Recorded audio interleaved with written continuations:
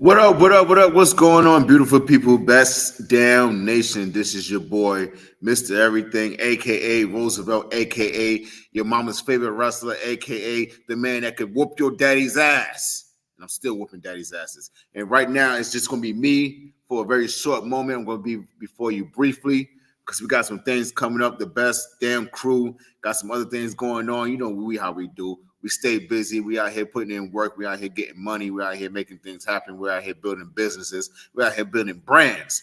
We're out here helping our community. You know what I'm saying? So we out here getting busy. But really quick, I'm going to run through some things with you guys. We're going to be back next week for a very good show. You know, we got a lot of things going on in the wrestling business that we want to catch up on. We're going to catch up on, I think we have the King of the Ring going on this weekend.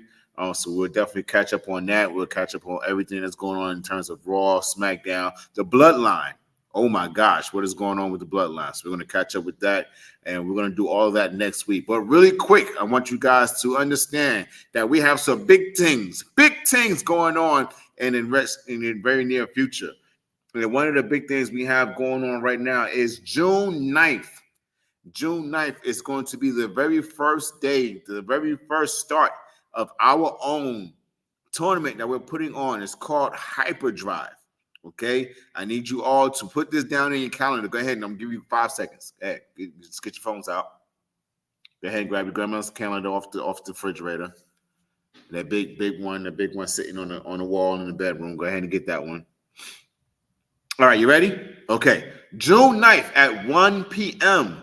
Eastern Standard Time, we are going to start the very first round of the Hyperdrive tournament. And what that is, it is a very fast-paced tournament that we're going to put on with some of the competitors, some of the superstars that we have right here in the United States. These guys are coming all over from all over the U.S. to come and participate in this tournament.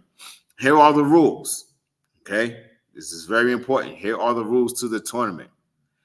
It is a 1 fall, 1 knockout, 1 submission type match. So they can score a pinfall, submission, or a knockout in their match in that first round. Each match has a 10-minute time limit. In that 10 minutes, it is a 3-round match. Okay? And what that means is they got 2 minutes in each round. So there's 3 2-minute rounds going on in this match, and they got to score a pinfall, submission, or a knockout within those rounds. In the event that they are in a submission hold during the first 2 rounds and time runs out, they can be saved by the bell. Okay, so if they're in that submission and the time runs out, they can be saved by the bell. In the third round, if you are in a submission, you cannot be saved by the bell. Okay, you're either going to tap out or you're going to find a way to get out of it. In the event that if the competitor does get out of the submission hold, we go into a sudden death. Whoever scores the first pinfall, submission, or knockout in that sudden death round is the winner and moves on to the next round. All right. On the first night of this competition, on June 9th at 1 p.m. Eastern Standard Time, we have Trey Havoc stepping in the ring with Stephen Meeks. All right. In the next bracket, we have Blade Brown stepping in the ring with newcomer to the business, Maverick Vo. And in the third bracket of this first round, it is going to be James Johnson versus Caden Pierre. This is all happening June 9th, and you can all see it right here on the Best Damn Wrestling podcast. We're going to stream it live. We're going to have a small studio audience in the building to be able to watch that. If you watch the 1 hour Iron Man match between myself and Sean Cruz, it would be the same facility in which we did it in, but we're going to spice it up a little bit. We're going to make it look really nice and presentable. And then on June 16th, we got the second bracket of this tournament. We got Sean Cruz. You guys are all familiar with him. We got Sean Cruz stepping in the ring with Jim Stone. And the second round of that, we have AC Divine stepping in the ring with his tag team partner, Damian Jackson. Okay, Dynamite Jackson. Now, that's going to be an amazing match because you got two tag partners stepping in the ring against each other. In a tournament, it's all about the win. Brothers and family fight all the time. These two are going to compete for the chance to become the inaugural Hyperdrive champion. And then in that last round, we have Jack Tatum stepping in the ring with G Money. All right, and these matches are going to happen pretty fast, pretty hard hitting. This is going to be exciting. All right, so June 9th, 1 p.m., June 16th, 1 p.m., right here on the Best Damn Wrestling podcast. Make sure you guys tune in and watch all that happen. And then what we also have going on, ladies and gentlemen, is Mr. Everything is going international. All right, I am going to have the opportunity to go to Germany June 28th. And this is all under the banner of the OIWA. So I'm going to go out there and put booster faces during that time. Let's see. Best show ever. What up, Showtime? And then July 28th, I will be going to Newcastle, United Kingdom. All right. The June 29th is going to be Frankfurt, Germany. And July 28th is going to be Newcastle, New England. And in September 29th, I will be having an opportunity to go to Montreal, Quebec, Canada. That is going to be for Torture Chamber Pro Wrestling. So we got a lot of big things going on, ladies and gentlemen. A lot of big things. And that's not even a half of what we got going on. We're putting together something really, really big that's going to help the community. It's going to help a lot of independent wrestlers. It's going to help everybody. You know, it's going to be dynamic, and I'm excited about it. The team is excited about it. So please stay on the lookout and be ready for whatever we got going on. And there we go. We have El Capitan, the head honcho, Mr. Clean himself, Brian Renegade. What's up, dude? Well, thank you. Look, I just heard you talking about the Hyperdrive tournament. Listen, I am so excited for this.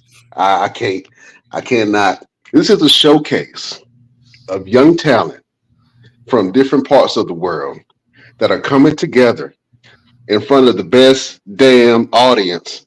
And I want you guys to give them a great reception because this is one of one. This tournament has never been done. It comes from the brilliant mind of Roosevelt, that brilliant evil mind of his. You know what I'm saying? So we're excited about it. I want you guys to be excited about it. It's going to be a slobber knocker of a match. All of these talent are great. All of these talent are hand-chosen, hand-picked. So you ain't getting no slouches in this bracket, Jack. So we're excited about it, man. So Run the dates again, Mr. Everything. Absolutely. So the first show is going to be June 9th at 1 o'clock Mm-hmm. Eastern Standard Time. And the second one will be June 16th, 1 o'clock Eastern Standard Time. So get your popcorn ready. We don't have a sports betting bracket yet, but we damn sure can create one.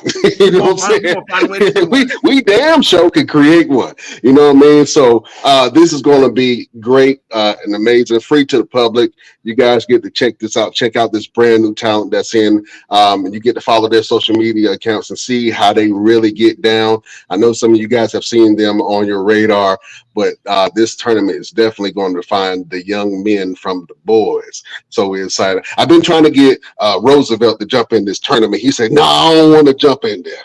I can't jump in there because I'm going to outdo everybody. I'm going to whoop everybody's ass. And we can't have that." Exactly. You know what I'm saying? There's a little bias. We can't have that. We can't have Mr. Everything putting boots to faces to the people that's in these brackets, man. But I'm excited for what's going to happen, man. We might have some special guest commentary. I don't know, but your boy Brian Renegade will be on commentary. Might have some more of the best damn crew on here. And like I said, we might have a special guest commentator. So we'll see. We shall see. We are working on a big. Did I say big? Name. You said big. I did say big for this. Yeah, you said commentary. Big. Real quick, while I got you, Brian, let me ask you a question. I know it's really premature, pretty early. Who do you see winning this tournament? Ooh. Mm-hmm. I'm gonna run down the names again real quick. You want to start a fight today, sir, don't you? I do. I woke up choosing violence.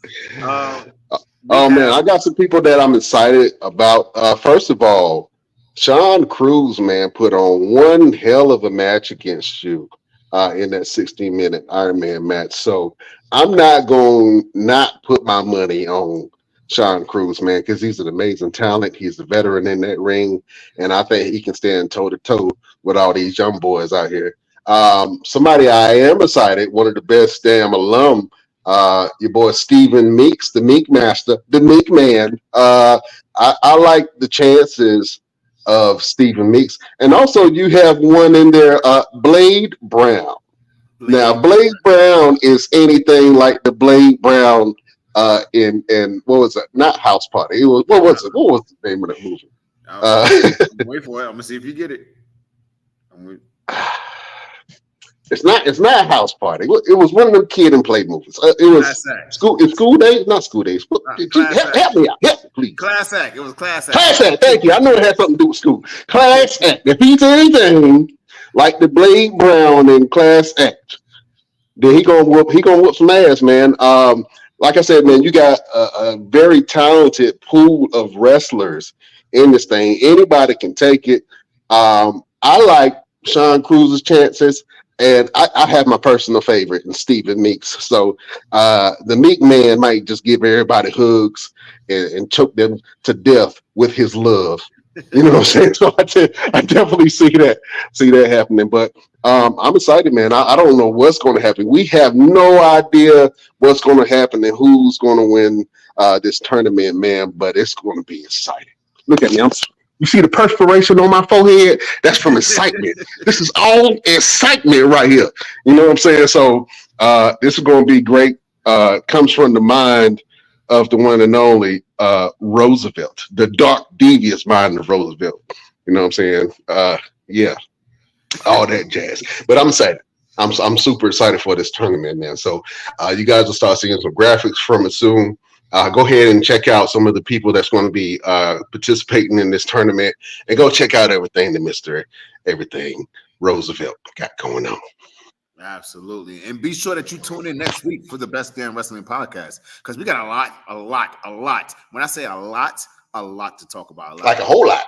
A whole like lot. A lot. Yeah, a lot. Roosevelt, you got some podcasts that you were just on and one that you're doing today. Talk about that for a second. Yeah. So, I got a lot going on. So I need a lot of people to be able to talk to, man. I can't keep talking to the Best Damn Nation every week. I got to talk to some of these other people and tell them what's up. Time talking to your ass too. So I was on a couple of podcasts this past weekend. I've done already 3. I have another one tonight, and I have a couple of them next week. And man, it's been amazing. It's been a great opportunity to be able to go out there and be interviewed. You know, we do a lot of interviews here, but to be interviewed and be able to tell my story, and all the interviews that I've done, they're like, man, we got to bring you back because we don't feel like we've even touched the surface of what you have going on or your story. And so just be on the lookout, man. And I'm always posting stuff on my social media. Roosevelt Andrew Kynes on Facebook, Roosevelt Pro Fighter on Instagram, and official underscore Mr. Everything on TikTok. So, man, y'all must, and be please, if you're not following the Best Damn Wrestling Podcast Facebook page, what are you doing with your life? What is wrong with you? Where you at? Yeah, what's wrong with you? What, you got problems or something? Okay. You slow or something? You dragging your foot? Huh? Why you dragging your feet? Why your feet so heavy? Huh? Yeah. Anybody foot that heavy got to be a zombie. You a zombie? Gotta be. Half dead. If you ain't joining the Best Damn Wrestling Podcast, I really don't know what you're doing with your life. I don't know what you're doing. You know what I'm saying? You need to get some goals and aspirations. What is life if you're not part of the Best Damn Nation? What is life? What is life? I think it's yeah, exactly. Join us, man. We got more stuff for you. We got some exciting interviews coming up. Man, we've had some great interviews, and along the board, everyone who has come on to the show has told us this is one of the best podcast interviews that I have ever done. And that's from WWE legends, AEW mainstays, NWA legends. I'm talking about people that's been doing this thing since pimping been pimping. Since been pimping. You dig what I'm saying? Since pimping been pimping, they give us praise. So, man, we're going to continue doing what we do. We're going to continue to bring you that hot fire. And we talk about wrestling. Of course, we talk about wrestling, but we are a podcast that talk about fitness and health. We talk about nutrition. We talk about mental health. We talk about relationships and how to build better relationships. And we also give motivation on how you can find yourself and get yourself in a better predicament and better situation in your life. We give motivation on every show. So it ain't just any type of wrestling show. It's a lot of wrestling podcasts out here, but they don't do what we do. They don't do what we do. They don't do what we does. They can't even hold a candle. Mm-hmm. You know what I'm saying? Mm-hmm. Nope. We the shit. You know what I'm saying? You got to flush twice. You know what I'm saying? Everybody else is just hot gas, Jack.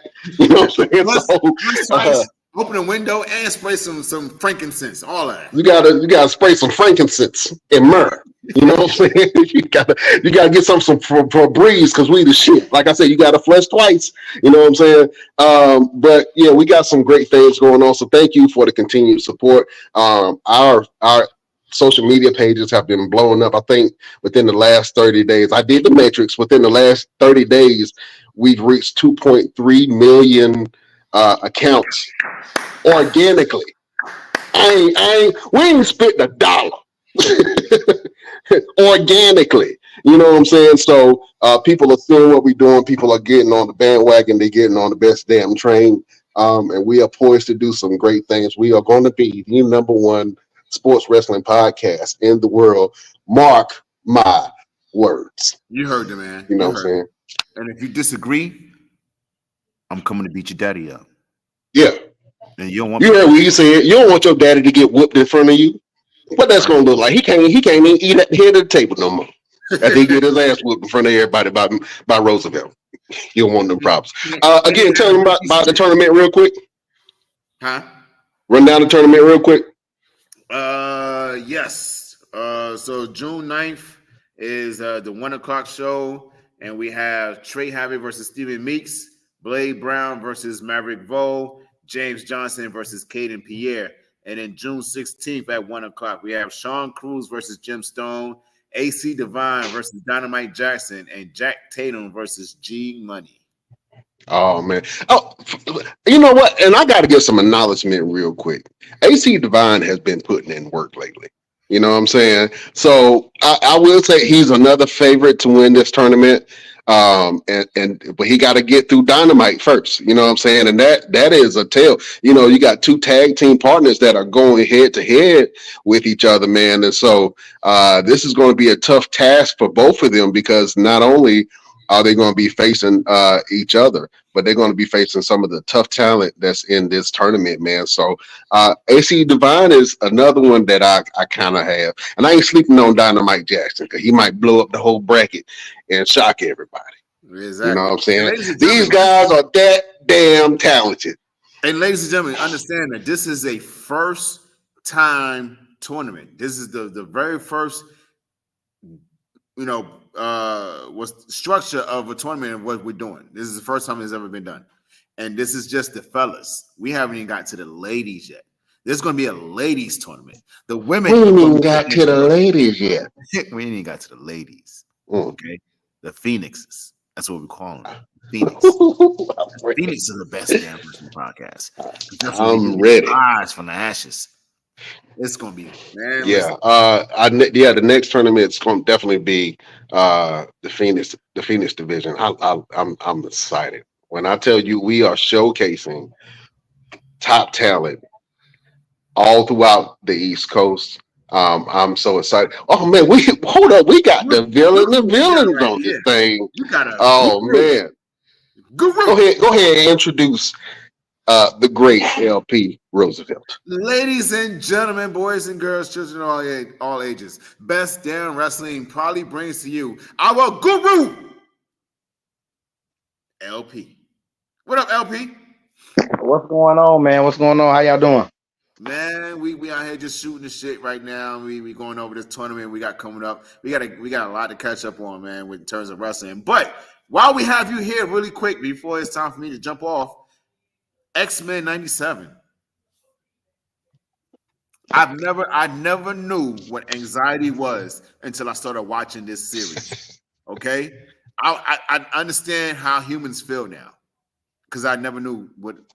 LP, what is your feelings and your opinions on X-Men 97? Are y'all caught up with the episode? Yeah, I am. I caught up with everything except the last one, so don't spill the beans on the last one. Before we go into that, ladies and gentlemen, we have the whole crew on the show tonight. We got everybody here. We were trying to come up here for just a quick minute, but now we got everybody, and we get to talk about everything. Ladies and gentlemen, boys and girls, children of all ages, Best Damn Wrestling probably brings to you our Chef Showtime. What up, Showtime?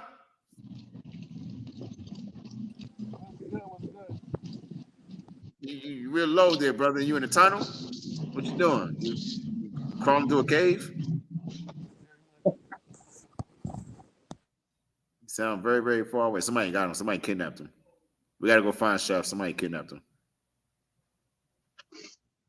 All right, LP. Yeah. So I've caught up with the very last episode because I catch it every Tuesday. Brian said he has not, but tell us, give us your feelings on the entire series so far. Man, the thing with X-Men 97, what makes it so great is you just don't know what's gonna happen next. I've been reading comics since 92, and I'm a humongous X-Men fan, so most of the lore I know it. So when certain things are about to happen, it's like I think something about to happen, and they'll throw me a curveball. Like I make my predictions based on, they did this in the comic book, so I know they about to do this. No. X-Men 97 would be like, you think we about to do that, but we about to do something totally different. That's what I think makes the show so great. And it pays a lot of homage to the original. It pays a lot of homage to Marvel. It's like a mutation of the movies, the 97 cartoon, the different versions, the comics, and everything. Like it's one of the best things Disney has put out in a long time, and it raises the bar so high that whenever they do X-Men in live action, I don't know. I think that's the good and the bad, because this has raised the live action so much. I agree. I agree, man. I mean, I've been watching from the very first beginning, and I'm just like you said, you just never know what you're gonna get in every episode. And I'm literally like sitting on the edge of my seat every time, like, okay, what's going on? And then the Easter eggs and all these little plantations that they've been doing throughout the entire series, just showing the person here, showing someone here, and Morph has been doing a really good job by just giving us a little hint of people that we may see sometime in the future in terms of how the series is going. So, yeah, man, yeah, I agree. Brian, how do you feel about the series so far? I think that they're doing really great with the series and how they're presenting it, and I can tell by the way that grown ass men are fanboying out over this series. I think is really good, and I believe it's the writing that's really getting everything over. And they're talking about turbulent times, right?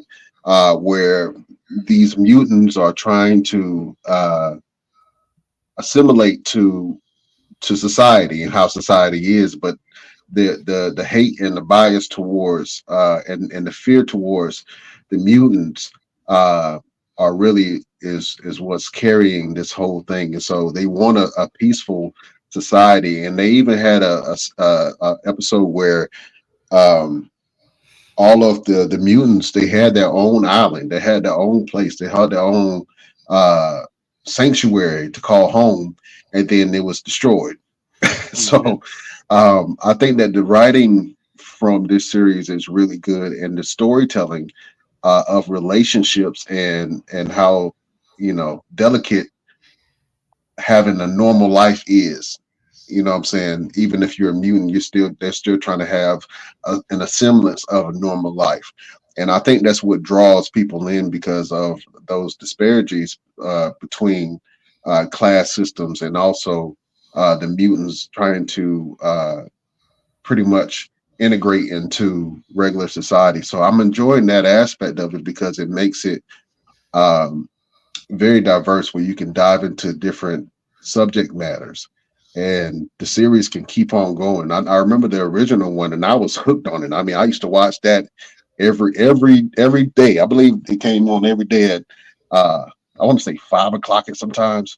But I tried to make sure that I caught all those. But this series is a little bit deeper. So a lot of kids that are watching it probably won't get the subject matter and the things that are being talked about in the series, but they can enjoy the characters and who they are.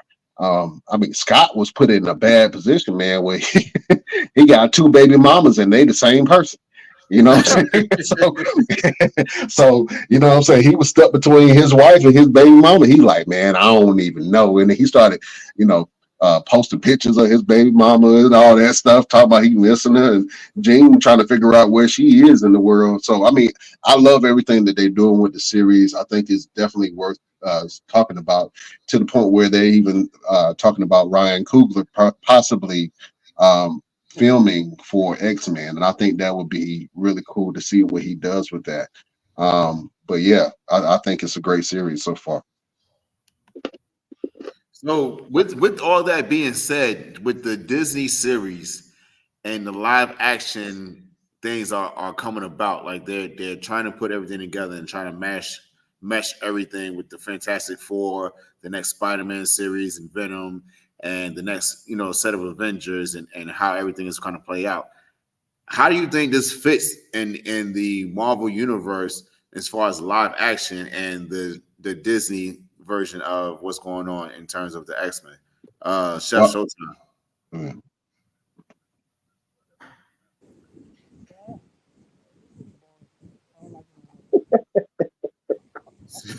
You sound really low. Chef has the me power of being quiet. He under the water. All right, LP, what do you think? Me personally, I'm a little worried about when they go live action, because Disney be fumbling the bag a lot. They definitely making a comeback right now with this. X-Men is definitely holding Disney on his back right now. I think Deadpool's gonna hold it on his back when it come out in a couple of weeks.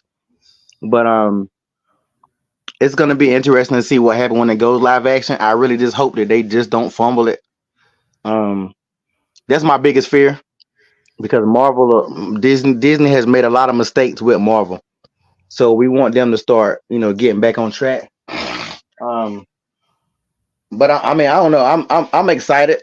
I'm a diehard X-Men fan, like I said before. X-Men are black people. I mean, if anybody want to know why black people love X-Men so much, it ain't that hard to figure it the hell out. I mean, Here we go. You get me started already. Setting fires. Let's go. hey, I mean, everybody know. I mean, Magneto is Martin. I mean, Magneto is Malcolm X. Professor Xavier is Martin Luther King. They fighting for rights. Mutants get treated a certain way because they got powers, even though Spider-Man got powers, Avengers, all them got powers, and nobody gives them any hell whatsoever. But when we born with powers, we get treated bad. So we have a different connection, I personally feel, to X-Men than some people. Because we see things. Like if a person ever wants to say, I don't understand racism, I'll be like, okay, watch X-Men. And then you'll understand it after that.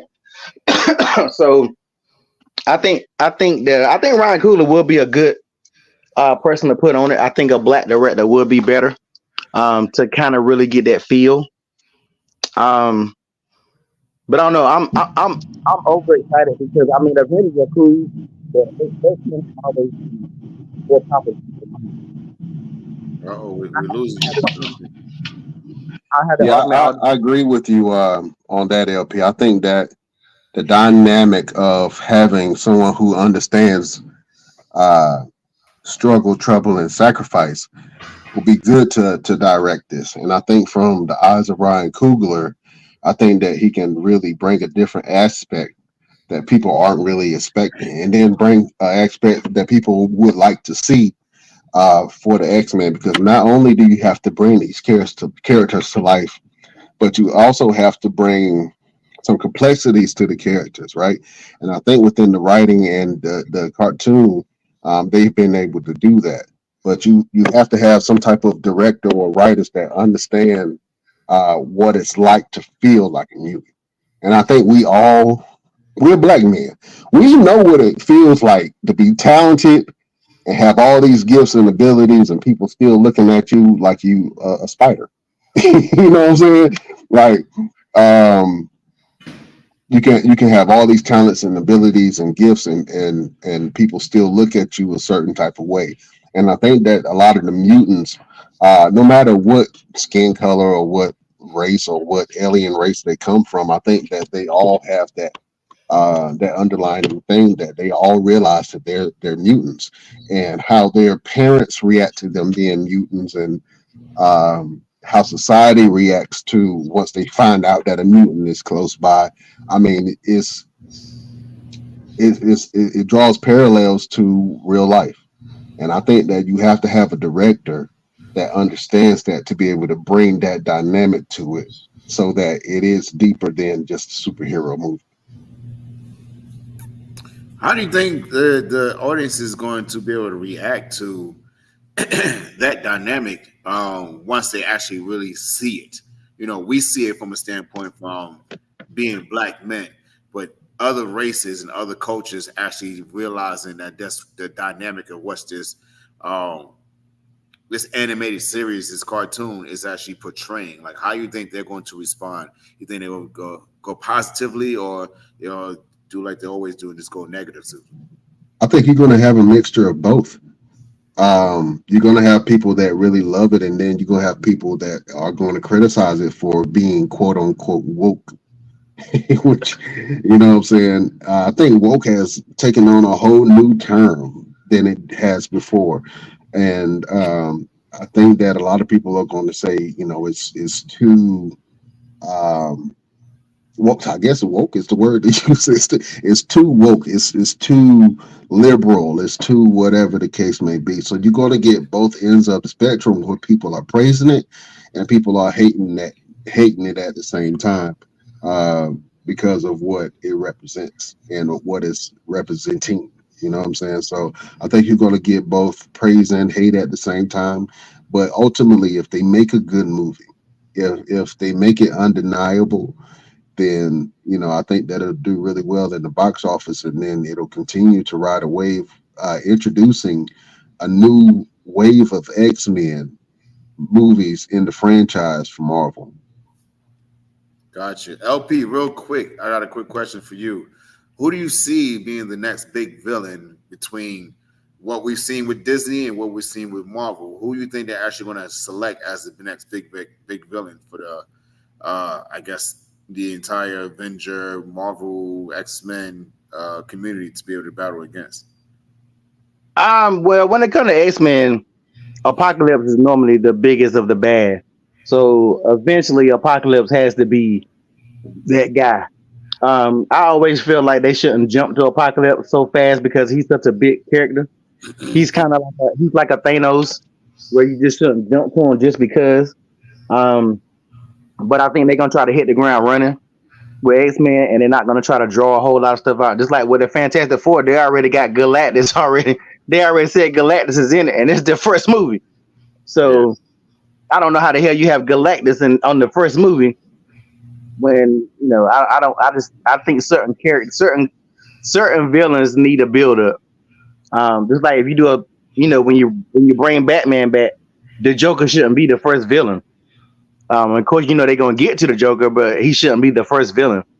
So I think with people who like us who have been watching it for years, you want to see something different. But I'm pretty sure it's gonna be Apocalypse or maybe Mr. Sinister. I think they can start off with a Mr. Sinister in a live action and build up to Apocalypse. I think that's the best route for them to do. There's a lot of, just like Deadpool has Cassandra Nova. A lot of people, unless you know comics, you have no idea who the hell Cassandra Nova is. But people will know her when Deadpool comes out. I mean, I know who she is, but the average person don't know who it is. But everybody know who Apocalypse is. A lot of people know Mr. Sinister, but not like that. But everybody know who Apocalypse is. So, go ahead. No, go ahead. And I can't believe that we're really overlooking Dr. Doom right now in terms of being able to come out as one of the very first villains. I think they did hint to it a little bit in some of the things that we have going on in terms of like the Fantastic Four and what was it? A Captain Marvel? No, Doctor Strange with the multiverse, thing. They did hint to Dr. Doom a little bit. But do you really foresee? And I'm gonna go with Chef Showtime if we can hear him. If he's out the water, you out the water there, Chef? Yeah, I was drowning for a little bit. All right. So he's back again. One thing that DC has done that Marvel has not done yet is do a feature of a backstory for the villain. They did a backstory for the villain in terms of Joker, which was totally different from what we're used to seeing in terms of how the Joker is portrayed. But here we are. Do you kind of see that happening with Marvel anytime soon, where they're giving a backstory for the villains versus going with the storyline for how the heroes became the heroes? I think they should. That make it more interesting for everybody else. Because everybody know who the heroes is. Nobody know why the villain became the villain. Mm-hmm. Magneto should have had his own movie a long time ago.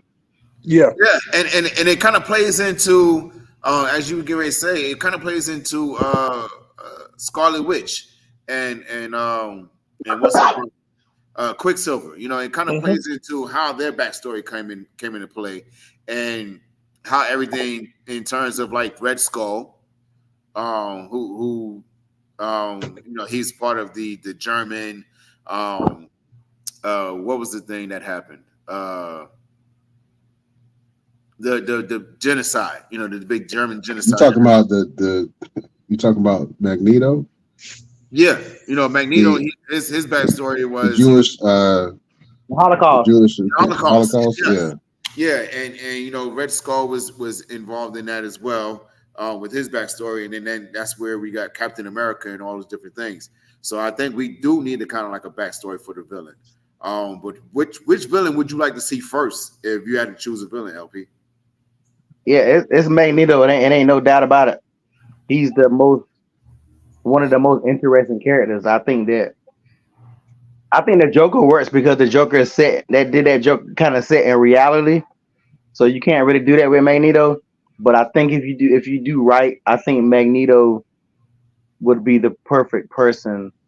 They also could do a Mr. Sinister because they can go back to like way back. Mr. Sinister's old as hell, so they can go back way back to Jack the Ripper days and stuff like that. But it's the how many people know him. So I would say Magneto, if anybody. Brian, I know you say you have not seen the very latest episode, correct? Not the last one, but I've seen the rest of them. Well, when you do see this episode, man, I need you to fill something in for me. I'm going to ask LP this question in a little bit. But I have a question for you guys because they were kind of hinting at possibly changing the face of Magneto and Professor Xavier, and I know I'm gonna butcher his name, but Giancarlo Esposito. yeah, I can't. I know I butchered his name.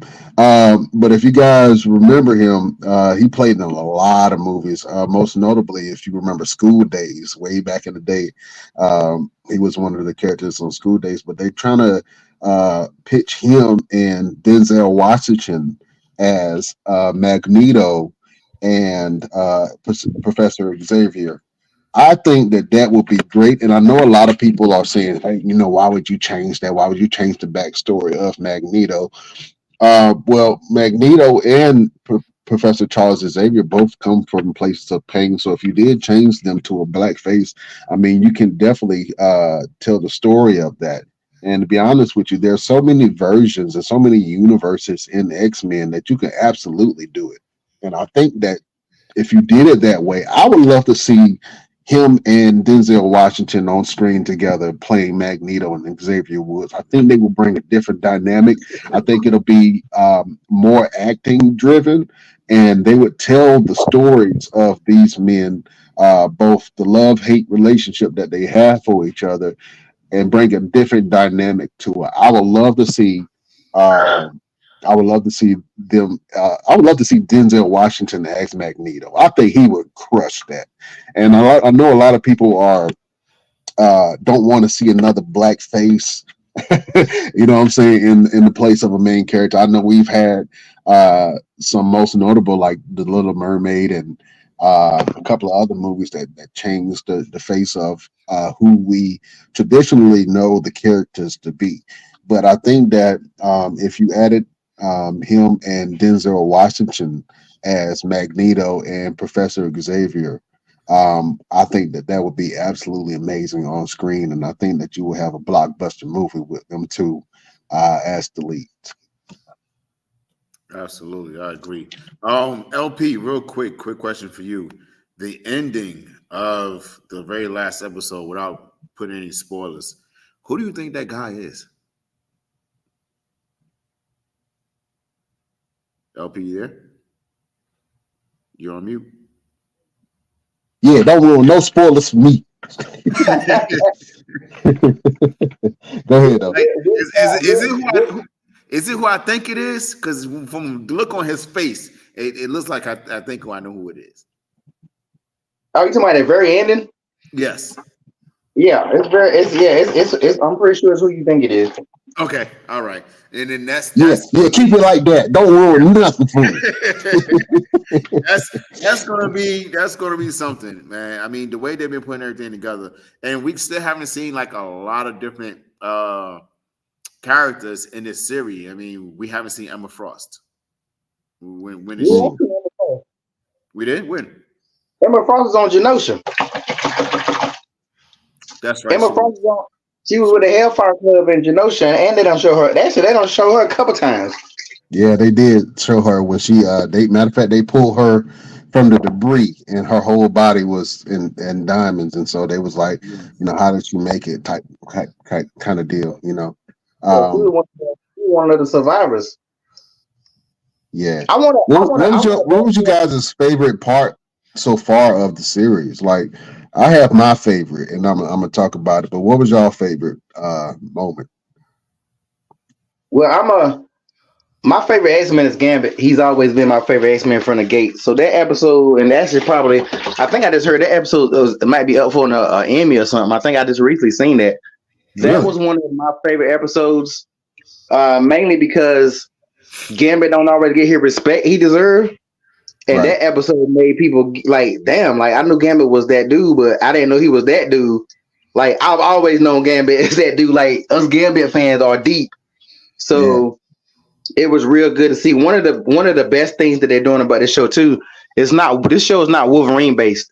I mean, they spreading and stuff out around, so it's not like Wolverine is the main character like he often is in the movies. So that's another reason why people are liking the series so much. But yeah, the episode when Gambit destroys the Sentinel is definitely even though it came with a price, it definitely was one of my I was in my emotions that episode. I can definitely tell you that. I ain't gonna lie to you. I cried a little bit. I cried a little bit in the car. You know what I'm saying? I said, Gambit is one of my favorite X-Men as well. So to see him get the light that he's been given, and then they tried to tear him down, LP, because he wore a Jey Uso crop top, and they tried to tear him down. You know what I'm saying? He wore that Jey Uso crop top, and they were saying, "What's happening to Gambit? What's happening to Gambit?" And then the thing that really got me, man, was Rogue and her being torn between two lovers. One where she can physically touch him, and he's a brilliant mind. She can physically touch him. She can't do that with anybody else. And versus the man who has her heart. And I think that story being told, a lot of people can kind of relate to it, but it brought a different dynamic to Rogue because we only knew Rogue through her pain, and we know Rogue through her pain now. But from that dynamic of her having two star-crossed lovers, that both of the men really cared about her. They really loved her in their own sense. But I think a lot of their personal demons and issues kind of clouded the judgment that they have towards her as far as wanting to have a different level. But Gambit loved her. He had real love for her. And I mean that was real tough to watch. Also, when Storm lost her powers, yes, bro, I felt that one. You know what I'm saying? She was like, I can't feel the wind. I'll call ugly face cry. You know, oh, snap, ugly face cry. I thought that episode that when Storm lost her powers was very powerful in a lot of different ways because unlike the rest of the X-Men, hers comes from a different place. Her powers are more spiritual. You know what I'm saying? And so that episode when Storm lost her powers, man, was very heartbreaking. But I mean, she got it back, but she had to fight a whole demon to get it back. You know what I'm saying? So I like I said, I love what they're doing. I applaud X-Men. Let me ask you guys a wrestling question. If they did make a live action version of X-Men, which wrestler would you like to see play the role of an X-Men and which X-Men? I'm jump up here real quick and go first. We already know Jay Cargill is going to be Storm. They've been saying that for the longest. See? No, what? That's been her narrative in WWE. Is she is Storm, and she carries that persona in what she does in her interests. So we already know she's going to be Storm. And then you can easily place Bianca Belair as Rogue. You know what I mean? She could definitely be Rogue. Roman Reigns, Wolverine. I can see him as Wolverine. I got to chew on that for a little bit. Are we talking about being accurate? Or we just throwing names out. All right. Well, will you give your opinions there, LP? Let me see what you got. The top the top 5 X-Men is Jean, Scott, Storm, Wolverine, and Beast. Am I correct? Is it the top 5? Well, I mean, it varies. It depends on how you want to put it. Yeah, but they're pretty much the main five. So if you had to choose those main five, who would you put in which role? Oh, six, because you gotta include Rogue. So the first six.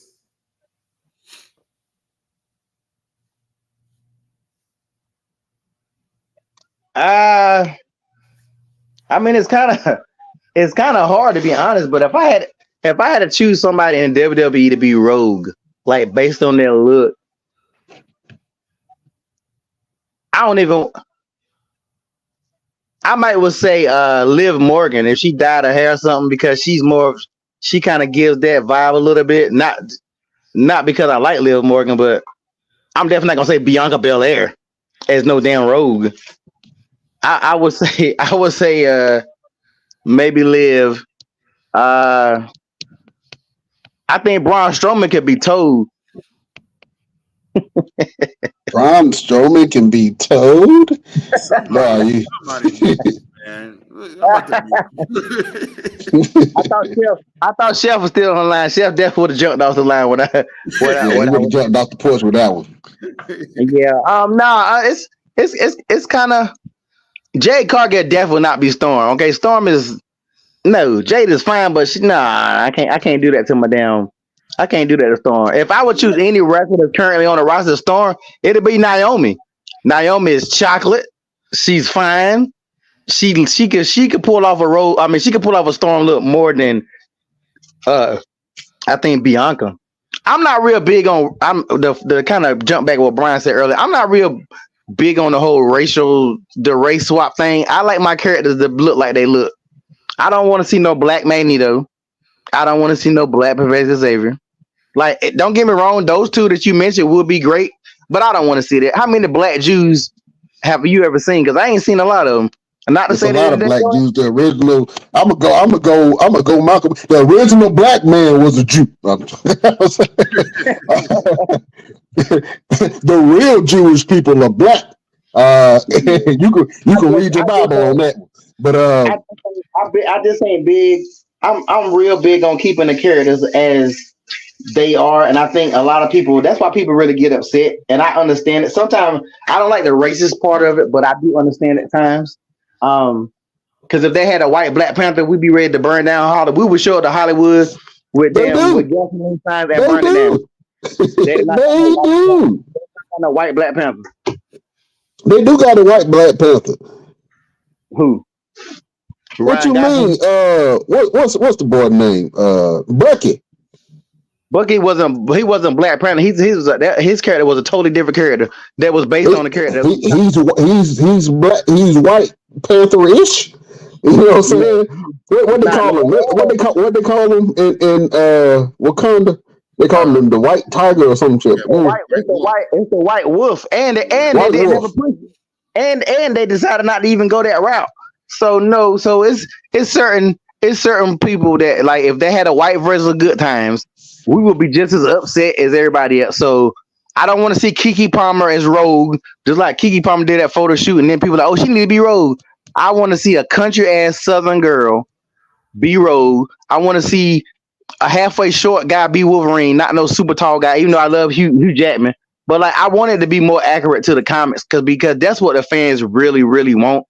Denzel would be great, and Gus, I'm gonna call him Gus because I ain't gonna mess his name up. Gus from Breaking Bad. I know it was a Gus, but his name Gus from Breaking Bad. I can't remember his damn name in Breaking Bad. But he always plays great villains. He would be amazing. Both of them would be amazing as both of those characters. But you would have to change too much of the origin story, and that's what that would be the part that I won't want. I want, just like with the Fantastic Four when they made that one version when Michael B. Jordan was the Human Torch. No, what is this? This doesn't make no sense. Yeah. I will admit that was garbage. Torch had a real strong jawline. I mean, it had its place, and it could have been good. Now, I don't know too many movies where they changed the race of the character and it was actually better. And I'm trying to think. I mean, I'm pretty sure they are, but I think for that role of Magneto and Xavier Woods, Xavier Woods. Xavier Woods. Jesus Christ. I'm sorry. Xavier. Charles Xavier. He's been saying it all night. I've been trying to catch him on it every time. He's been saying Xavier Woods. I'm like, Xavier. Oh man, it's just been in my. It's just so easy to say. But yeah. What's his name? Giancarlo. I know I'm butchering his name, but yeah, he plays really great villains. I mean, every role that he plays a great villain, and I absolutely believe this guy. So if him and Denzel Washington play is Charles Xavier and Magneto, of course people will be up in arms at first, and then would they go to the theaters to watch it? Hell yes, they would. Everybody and as long as they put on an amazing performance, I don't think that, and then they're able to tell a story that's comparable to the origin stories of Xavier Woods. Damn it, Charles Xavier, and Magneto. I think that they can absolutely execute that very, very, very well, and they would do really good in the box office. Now, of course, you would need a great supporting cast in the X-Men. You don't want them to be so great that everybody else suck ass.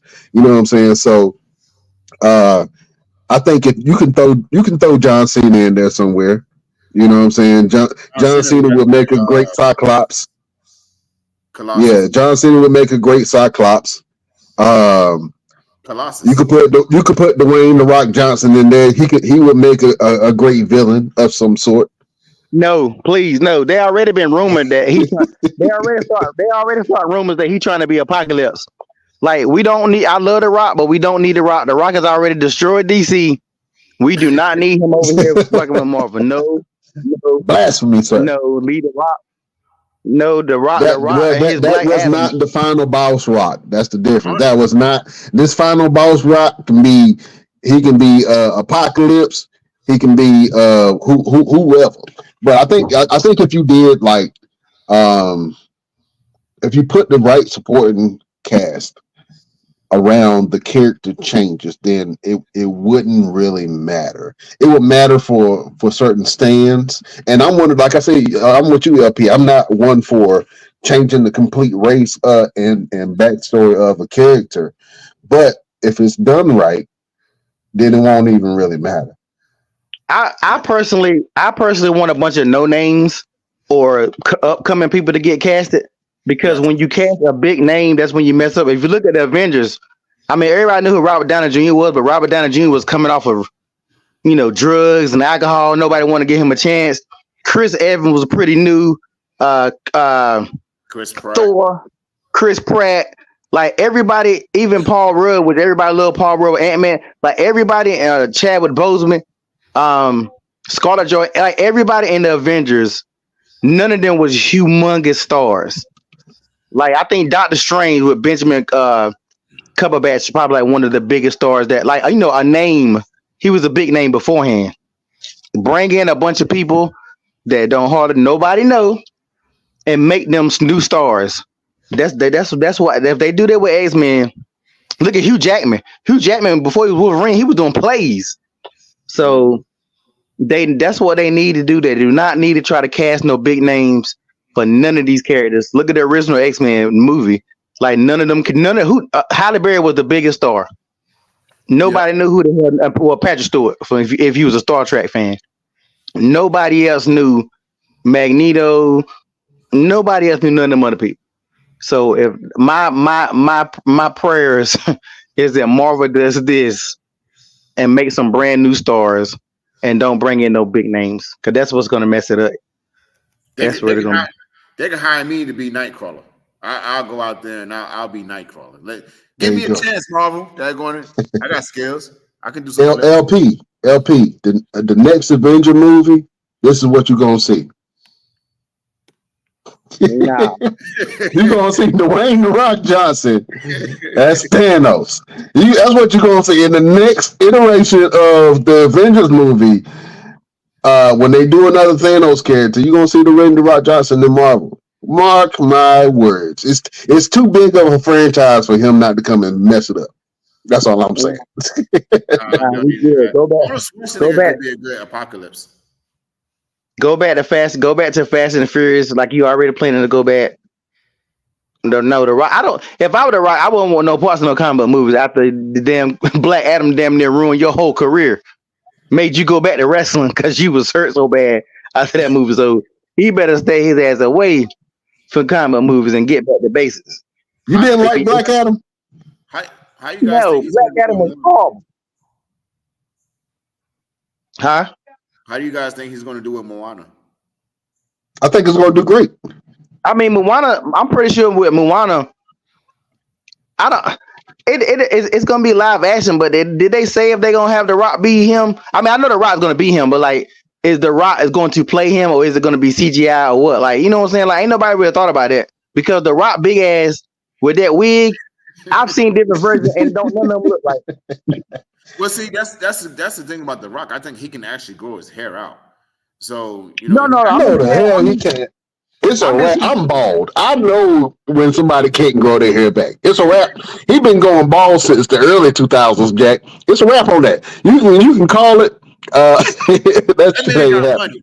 That man got money. He can figure it out. Get some plugs and man, it ain't enough plugs in this world that's gonna give that bald man a whole full head of hair. It just don't look right though. Like every version I've seen of them putting him and making him look, it just don't look right. I mean, don't get me wrong, it's gonna be what it's gonna be. My wife's gonna be excited because she loved that damn movie to death. I'm not a big fan of it myself, but I think they're gonna do Maui as CGI because I've only seen the movie a couple of times, but I know he got powers, he can move and shape and all this other kind of stuff. I think it's gonna be more like I don't know, it ain't like the genie, it ain't like Will Smith being the genie.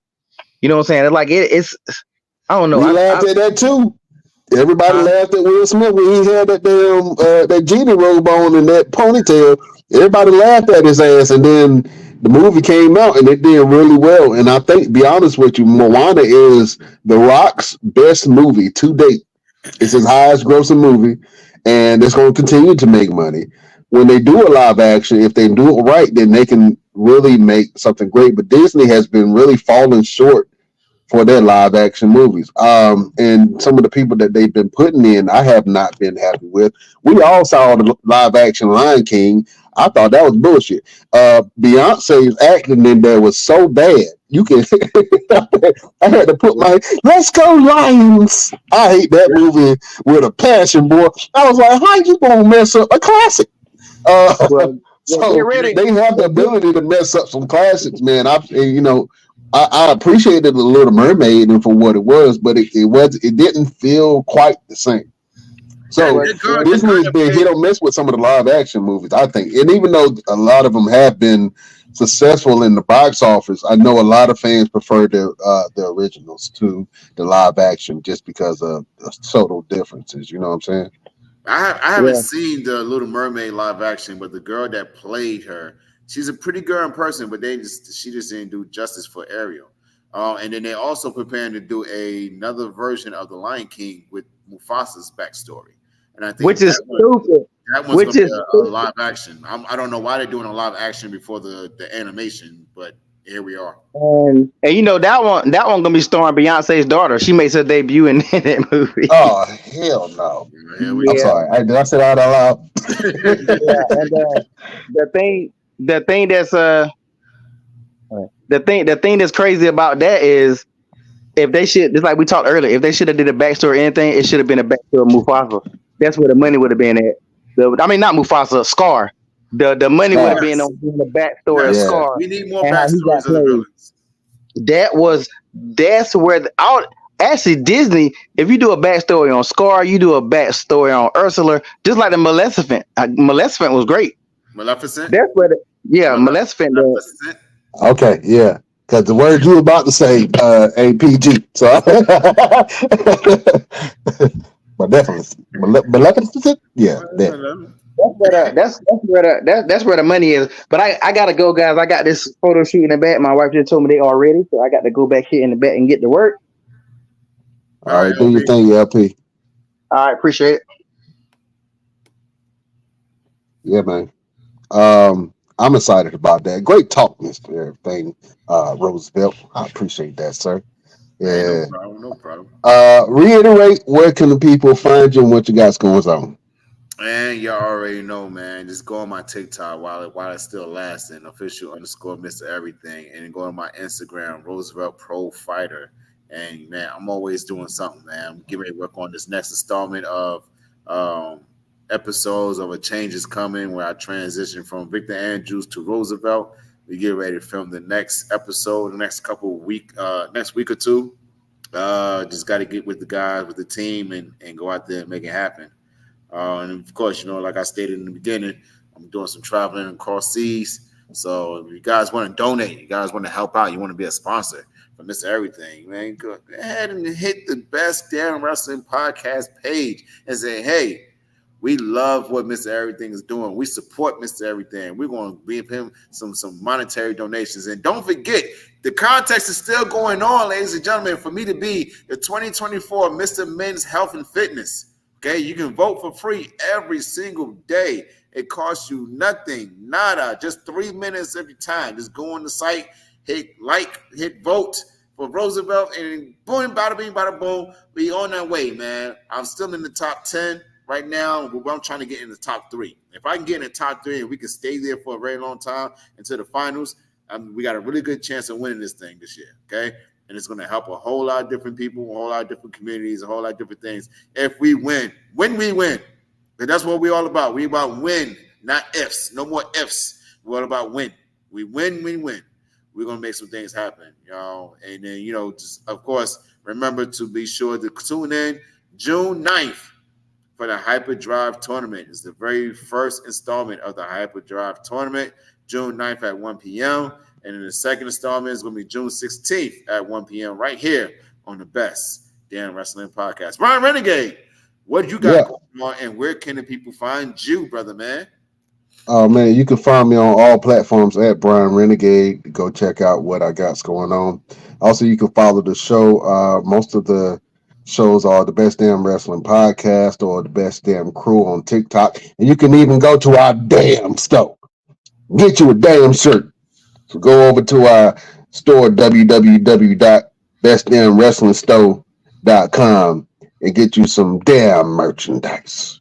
Other than that, man, just doing my damn thing. If you guys are looking for some mental health services, you can, and you're in North Carolina, especially Eastern North Carolina, go check out Straight Walk NC. They have therapists there, they have psychiatrists, and they have peer support specialists that can help you get your life back on track. So if you need some mental health services, or if you just need services, or just somebody to talk to, go to straightwalknc.com. And keep on supporting your boys at the Best Damn Wrestling Podcast. We are growing. Keep on supporting Roosevelt or Mr. Everything as he goes on his travels and whoop ass all over the world, man. So we're excited and we're so proud of this brother and everything that he's been doing. So definitely support him. If you need some personal training, go check out his pages and go ahead and bother him and say, hey, I want to do them insane workouts that you do. You get some training from the one and only trainer of trainers, Roosevelt. Other than that, man, that's it for me. Go ahead and close this out. Absolutely. So, ladies and gentlemen, we can't hold you anymore, but we want to thank you because you could have been anywhere in the world. You're right here with us, and we appreciate that. So, we're going to see you next week on the Best Damn Wrestling Podcast. Y'all be safe, love each other. If you can't be good, just be great. We'll see you later.